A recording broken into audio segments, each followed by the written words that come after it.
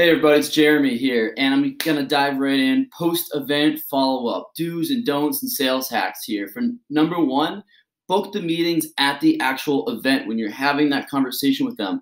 Don't send out all these emails. Hey, so and so, we met you at Dreamforce. Well, if you met me at Dreamforce, why didn't I book the meeting with you at Dreamforce when I had that conversation? They come to your booth, qualify them, ask some good questions, ask them, do some discovery, treat it like a cold call, and get enough of the interest and pain identified there. And before they walk away from that booth, if there's enough there, if they're interested, take your laptop, pull up the calendar, and book the meeting with them right there. If they didn't come to your booth, maybe you just met them at lunch or something, take out your laptop or your phone, and if there's enough interest there, if they're interested enough to ask you for your card, well, just say, hey, I'll do you one better. Why don't we book a meeting next week and we can talk through this at that point. Book the meeting right there. My number two tip is if you do have to do some post-event follow-up and you're sending out emails or making calls with people you talked to at the event, use video. You actually had a conversation with these people in person, so use video when you follow up with them in your email. That way they remember, oh, that's right, I remember talking to that guy. I see his face, I hear his voice. I remember that conversation now because they actually see you on the video. It's not just words on a screen with just text. Number two, after that, not only do the video, but wear the same thing in the video that you wore at the event. That way, the prospect is even more likely to remember having that conversation with you. Yes, I am the guy from Dreamforce that wore this crazy, wacky flamingo suit. And all of my follow-ups, when I'm messaging prospects that I talked to at Dreamforce, I'm wearing this suit. That's why I'm wearing it in this video as well. Commit to it. Wear the same thing that you wore at the event. Also, have context. So not just do video, wear the same thing that you wore at the event, but have some context. You actually had a conversation with the prospect.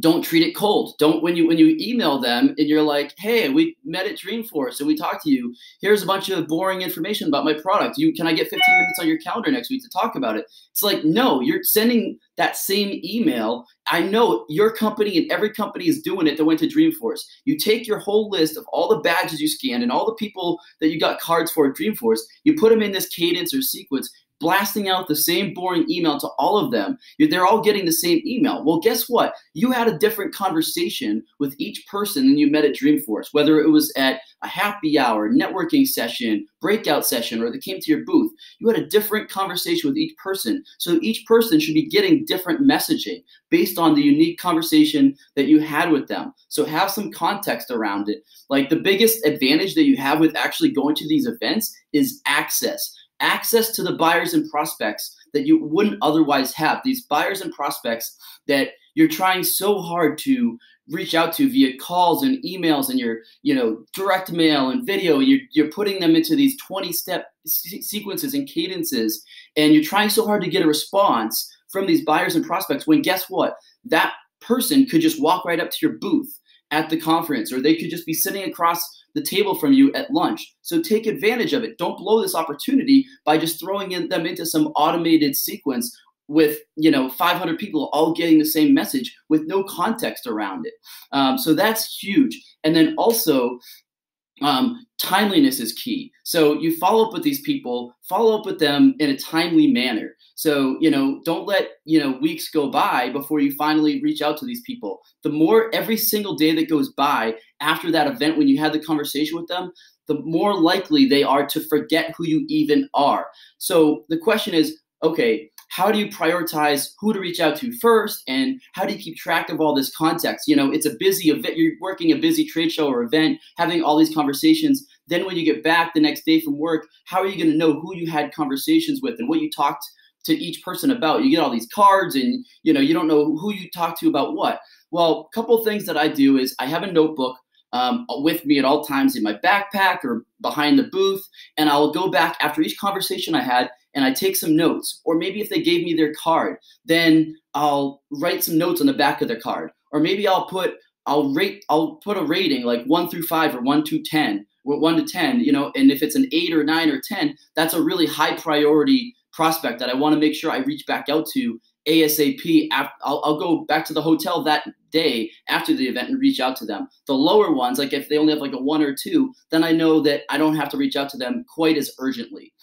So that's a couple things you can do. Also, Slack on my phone. If you have Slack, you have a personal Slack message that you can put notes to yourself personally, so only you see them. So use that as well. If you have a conversation with somebody, you're on the go, you're at an event, put some notes to yourself. Spoke to so-and-so at so-and-so company. They said blah, blah, blah. And this is the next step. Save those messages so you can go back after the fact and have all the context in one place for who you talk to and what you talk to them about and how urgently you want to reach out to them.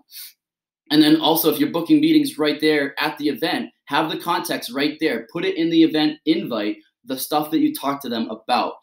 Some other sales hacks that I have for doing events is post things on LinkedIn or Twitter. If you went to a breakout session and there's a prospect there that was presenting, that it's a really target account for you, go to the breakout session and not only go to the session so that you can reference in your messaging, the panel that they were on or the topic they were speaking about at the event, but at the end, when they're done their presentation and they ask who has any questions, raise your hand. Ask a question. That's one thing that I did at an event at Dreamforce. There was a prospect at a target account that was on a panel, and I made damn well sure that A, I was going to be in the audience, be in the front row, C, wearing my wacky, crazy flamingo suit, and D, at the end, when they asked if there was questions, I raised my hand and I had a really good question for them, so they remembered that I was in the audience and I had a really good question. Now they're going to respond when I email them again. Another thing, I went to another breakout session, and this one, the prospect was not even at a target account, but I knew that they're like a VP of sales operations at a really big, well-known company, and they're a thought leader in the space that I'm in. So they're connected to a lot of industry leaders, and they're connected. They're well respected by a lot of the prospects that I reach out to. So when I posted something on LinkedIn about the session that she spoke at, I tagged her in it, and I said, comment about how great the information that she shared was, something specific about the value that I got from that session. So then, even though she's not a prospect for me, her account's not a target account, she likes and comments on the post. She sends me a connection request. Her network is seeing that post now. So now they're sending me connection requests and they're wanting to meet with me. So that's a couple little sales hacks you can do. Another one is swag. If you go to an event that, you go to like a party or an after party or a happy hour that some company's throwing, or you stop by their booth, if it's like an account that you're trying to break into, grab the swag. I went to an event this company, Datadog, had at their office, got a t-shirt.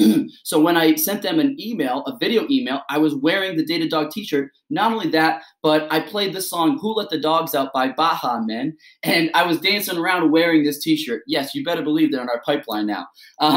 And so that's the swag, and that's all for this video. I need to get this suit dry cleaned because I wore it the whole time at Dreamforce, and my coworkers are now complaining about the smell that I have. So thanks for watching. What do you think? What do you think about the ROI of events? What are some tips and tricks and sales hacks that you've used that have worked? Let me know in the comments below. And if you want to try some of this stuff, get some free leads and be able to get contact info for anybody at an event. You got an event attendee list and you want to get contact info for those people, hit me up. That's one of the cool things that LeadIQ can do. And I'll talk to you soon.